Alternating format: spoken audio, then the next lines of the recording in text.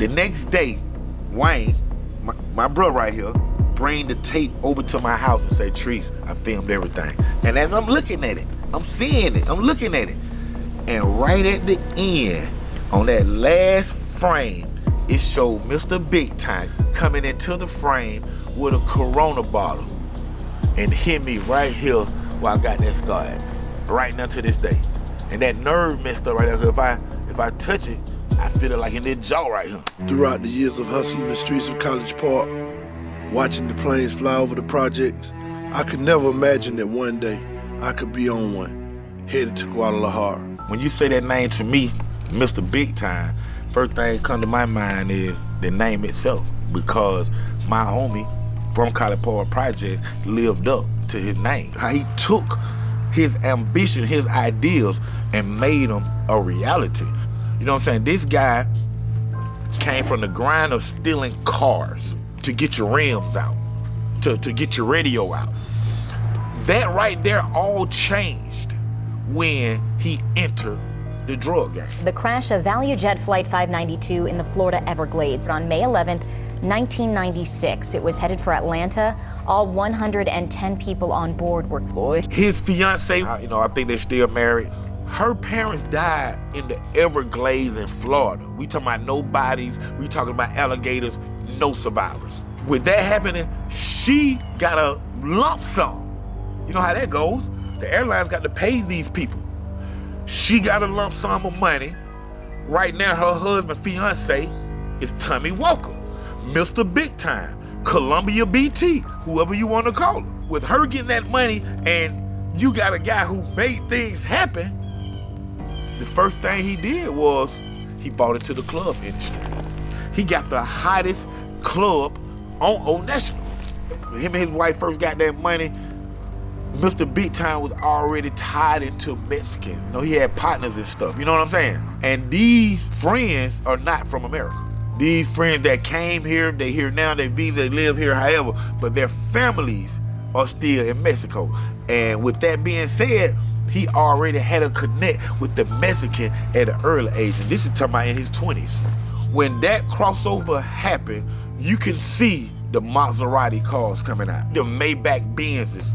He riding through the projects in now. He became the main supplier. It gotta be cold in Atlanta, cause my chain froze in Atlanta. I'm trafficking from Utah, on my way back to Savannah. We talking about the number of keys that would supply the whole southwest side of Atlanta. And when I say southwest, we're also talking about the south side. So we're not only talking about Atlanta, Campbellton Road, Cleveland Avenue, all up in that area right there.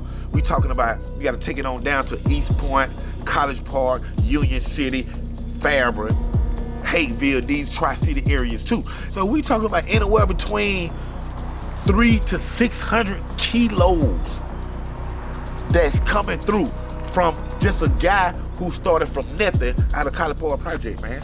And like I said, you talking about during his reign, per week, per month, per year? A month. You can go to any hood and they'll vouch for me. They ain't gonna vouch for me because I used to hang with them. And I'm like, I know that nigga used to steal cars.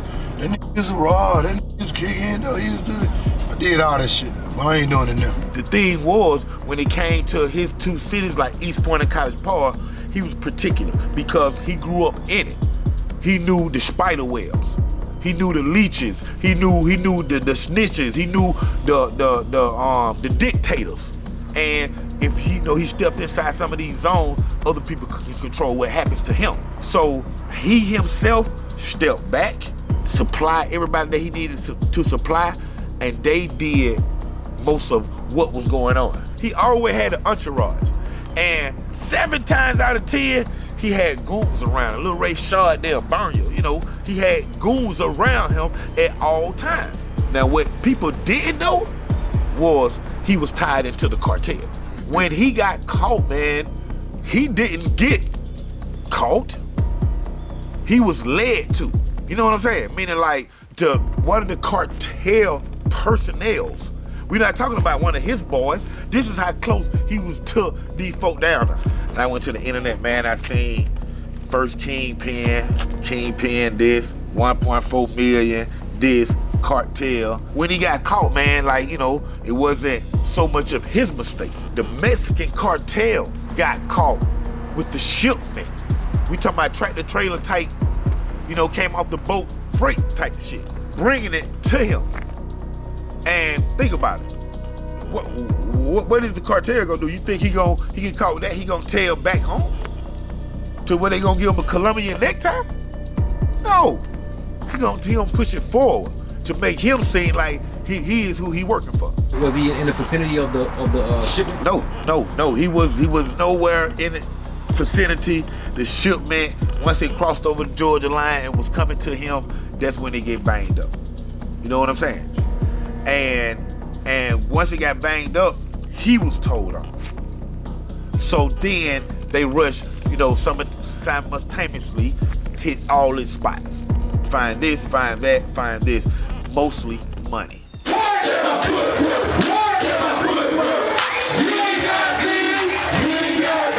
Of course, everybody remember that song, man. That song rock, man. You know what I'm saying? Rock the whole southeastern coast. You know what I'm saying? In California too, man. Check your footwork. He had a couple deals on the table, but he's such an independent person. You know what I'm saying? If the deal didn't fit out for him, he wasn't gonna take it anyway.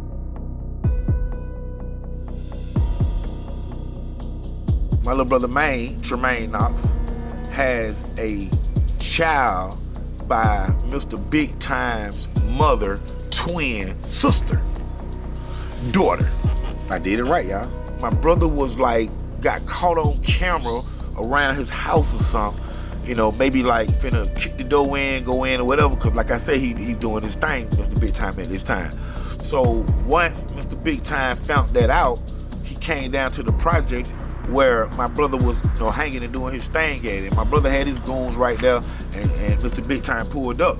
And my brother told me, from the phone call of everything that's happened, because what I'm telling y'all is out my brother's mouth. When he got in, close enough in Mr. Bigg Time present, Mr. Bigg Time grabbed him by the neck, was choking him. Nigga, you trying to break in my house, or I seen you on camera, just whatever happened. But then both entourages intervened because the families are so tight. You know what I'm saying? And they was pulling the parties away. Well, once they pulled the parties away, they got Mr. Bigg Time, they put Mr. Bigg Time in the car. My brother didn't get a chance to get at him. My brother, he felt empty. And as Mr. Bigg Time then rolled out, one of his goons, he started shooting at Mr. Bigg Time in the car as they lift up out the grill coat. You know what I'm saying? On my brother's behalf, man. So that incident had happened. I got the phone call on the choke out. I got the phone call on the shoe, just like I got the phone call on my brother was indicated by his house, which is a violation. My brother did that. That's a violation. So they was beefing already? They was already beefing. You know what I'm saying? They was already beefing when I was running the club 321 on the gate on Gabby Road when I met you, Video Wayne. You know what I'm saying? And 2 Chainz, we had a little show and all that stuff right there. The night that we were there filming, it was a rookie at the door, and I was called to the door because that's my night, that's my money at the door. And once I got there, I seen this big 15 to 20 guy entourage trying to get in the club. And I was like, oh no, y'all got to pay, bro, like that. But then when Mr. Bigg Time walked to the front of the line, like treated with me, this and that, I immediately, because that's my partner, it don't matter, the money ain't never between us, let all on in. Me and my boy Don Tree, we be in this bitch Friday, Saturday, and Sunday. I'm just up in here chilling right now with my boy Tree. Here this guy is pressing up on me in the middle of an event. I have security escort him out. One of the security escort him out, I get a little bird in my ear to let me know that, hey Tree, that was Mr. Bigg Time people, man. He just put my, blah, blah. I'm like, oh man. And I already knew the tension with my brother and all this stuff was going on. So I found Mr. Bigg Time, who was at the bar, accompanied by, his entourage. I got on his right shoulder. Hey man, check this out, man. I just put your boy out, man. I didn't know that was your boy. This is what happened in the booth, but I ended up putting him out. But as I'm saying that to him, I noticed that the guy who I put out had got back into the club and he was on his left shoulder. So as I'm saying this to him in his ear, I look up and I see the guy. So I said, oh, that Holmes right there. But when I say that, he get the, man, yeah, that's that P Ninja that did that. Yeah, that's that P Ninja. He put me out like that. And I'm like, bro, who them name things? Because I ain't him. Like, bro, who you talking to? He like, you Ninja. Bam, I hit him.